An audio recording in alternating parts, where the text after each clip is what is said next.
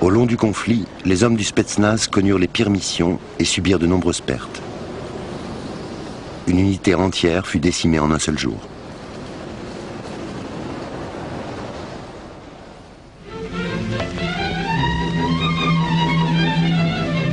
L'Afghanistan n'avait pas été la première opération du Spetsnaz. Dès la révolution d'octobre, la stratégie politique soviétique s'était toujours appuyée sur des opérations clandestines en territoire ennemi.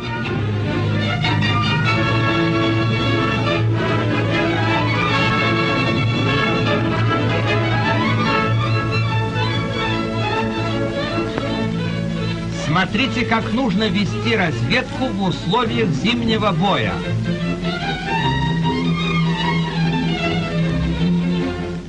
Tout un réseau de centres d'entraînement avait été créé dans les années 30.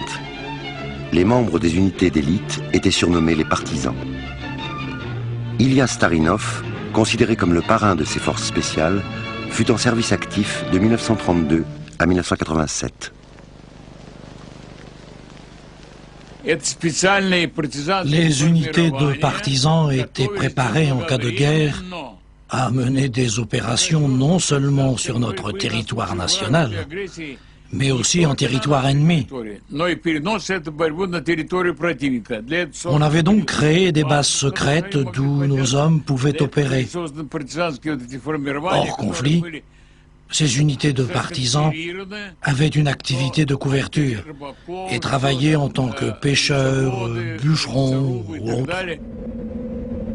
Mais pour Starinov et ses partisans de l'époque, le baptême du feu n'eut pas lieu en URSS. 1937, Starinov est en Espagne, comme des centaines d'officiers de renseignement soviétiques, envoyés pendant la guerre civile, soutenir les républicains contre les franquistes.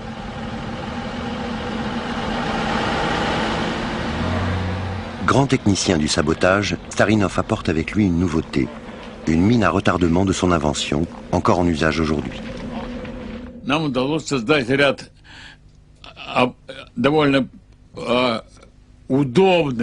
Nous avons mis au point plusieurs types d'armes qui ont été d'ailleurs intégrées dans notre armement. Elles pouvaient être fabriquées par les partisans eux-mêmes avec ce qu'ils avaient sous la main.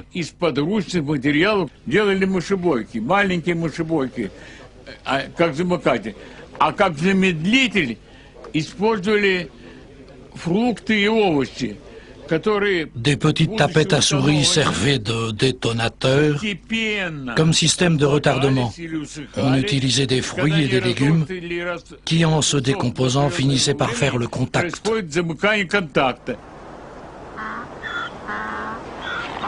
Espagne toujours.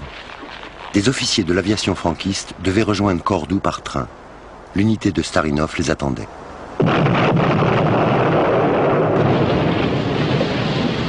Cette première opération des forces spéciales fut un succès total. Le groupe de Starinov, composé de 3000 hommes, fut officiellement baptisé la première brigade Spetsnaz. Au cours de la Seconde Guerre mondiale, l'armée rouge développa encore ses forces spéciales.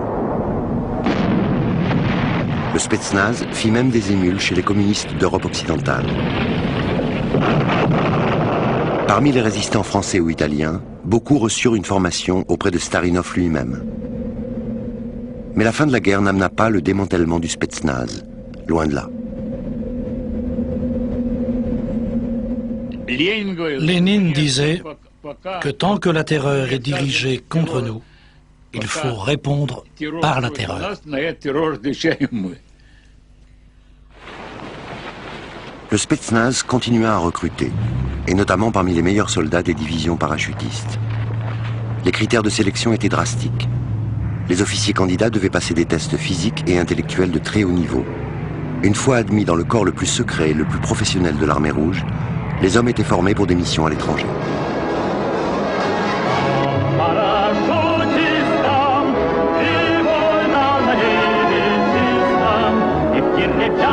Подъем за миром, мы совет даем, шутить не следует с огнем.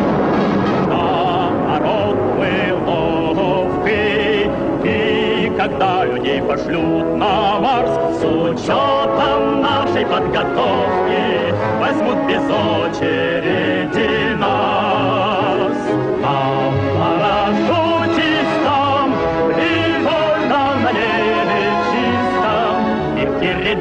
на подъем, задиром мы совет даем, шутить не следует с огнем. Нормально. Но вот сейчас ты уже устал, и ты принял на себя, не принял отдачу на себя, да? Никolaï Doudniak, sportif émérite, ancien médaillé olympique de tir, rejoignit les forces spéciales en 1957. Aujourd'hui, il parcourt le pays, témoignant de la tradition du Spetsnaz et transmettant aux jeunes son expérience.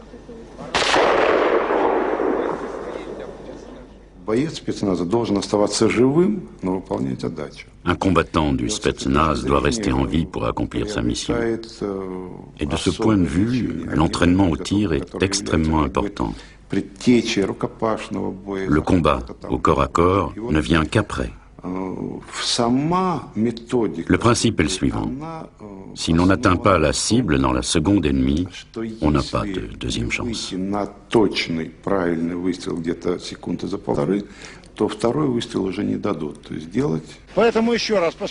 Il n'est pas question de rester là à parader. Quand vous avez repéré l'ennemi, vous avancez tout doucement. S'il vous vise, vous sortez tranquillement de sa ligne de tir. Vous levez doucement votre arme, vous visez, et quand vous l'avez dans le viseur, vous tirez.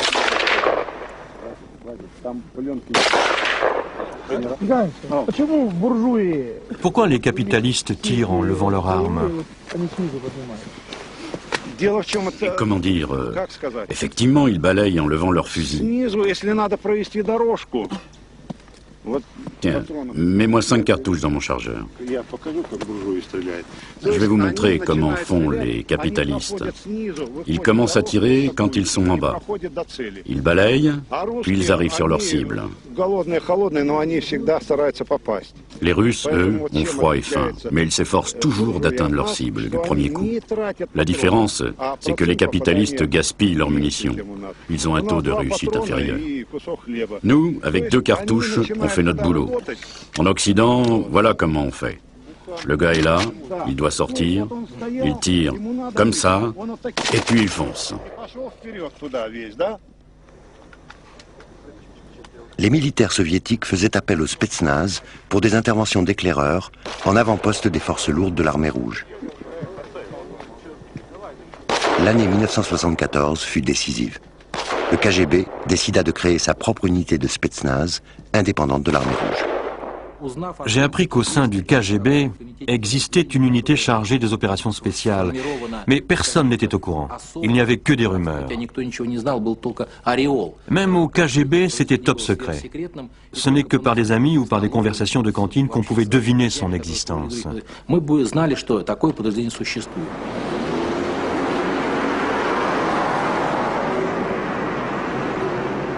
C'est ici, à Moscou, au siège du KGB, que Yuri Andropov, à l'époque chef des services de renseignement soviétiques, ordonna la création d'une force militaire secrète et autonome. Les membres de cette unité relevaient directement d'Andropov lui-même et devaient obéir à tout ordre, légal ou non. Le groupe Alpha fut la première unité de Spetsnaz interne au KGB. Nous étions dans la clandestinité totale. Personne, pas même nos femmes, ne savait où on travaillait. Officiellement, nous étions rattachés au KGB, au ministère de la Défense ou bien des instituts de recherche. On avait tous une couverture.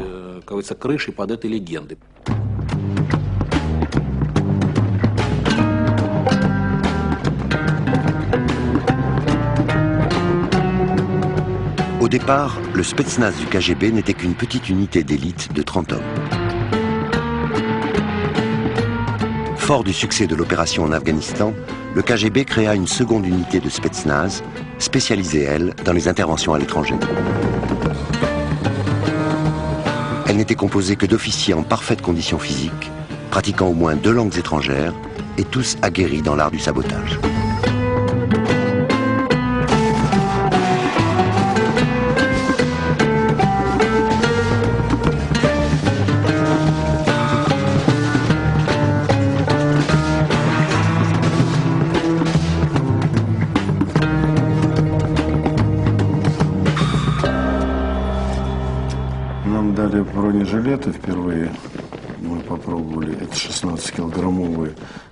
On nous a donné des gilets pare-balles. Ils étaient en titane et pesaient 16 kilos. On les mettait pour les entraînements. On les portait pour jouer au foot, au volley, au basket.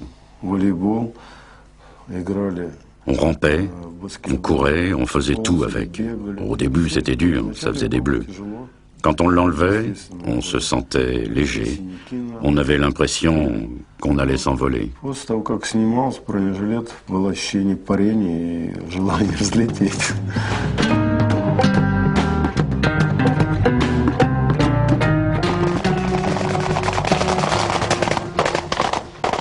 Les espions du KGB postés en Occident fournirent des rapports sur les stratégies et les méthodes du GIGN français ou du SAS britannique.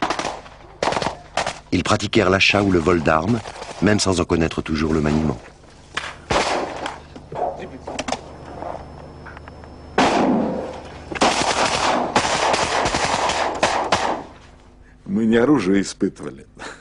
Ce n'est pas les armes qu'on testait, c'était nous-mêmes. Comme ça, on savait ce que ça allait faire à l'ennemi. À vrai dire, on était tous les deux des gars costauds, des sportifs, et on avait pas mal d'expérience. On n'allait quand même pas se laisser impressionner par du gaz lacrymogène. Ça n'allait pas nous perturber, ni nous neutraliser, ni nous tuer. Avec mon copain, on s'est vite déshabillé et on s'est mis à se tirer dessus. C'était impossible de nous retenir. Les autres gars nous avaient préparé une douche pour qu'on puisse foncer se laver.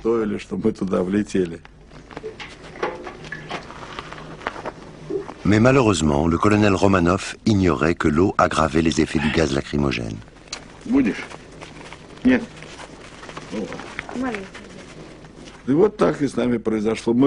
Et voilà ce qui nous est arrivé.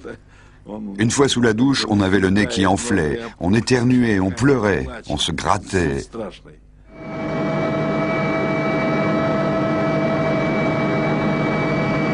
L'entraînement consistait essentiellement en simulation d'attaques de sites stratégiques ennemis, par exemple des installations nucléaires sensibles. Dans la plupart des cas, les personnels opérant sur les sites n'étaient pas informés de l'exercice.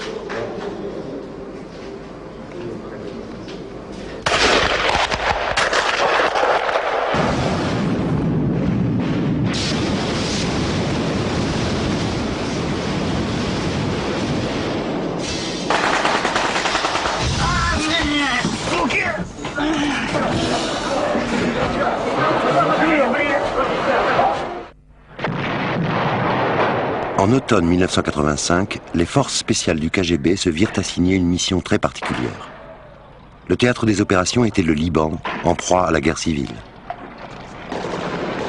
Le 30 septembre dans l'après-midi, 4 citoyens soviétiques de l'ambassade de Beyrouth furent sortis de leur véhicule et pris en otage.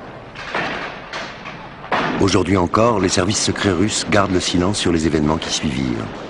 Mais pour la première fois, des acteurs de cette histoire ont accepté de témoigner. Les ravisseurs avaient jeté les otages dans le coffre d'une voiture avant de disparaître. Ils ignoraient que 2 d'entre eux étaient des espions du KGB.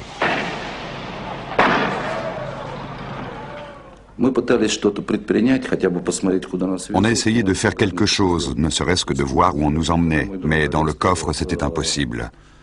Alors mon ami Oleg a dit « On dirait bien que notre mission au Liban est terminée. » Et j'ai répondu « Si ce n'est que la mission, ça ira. » Sur ce, nous sommes restés très longtemps sans parler.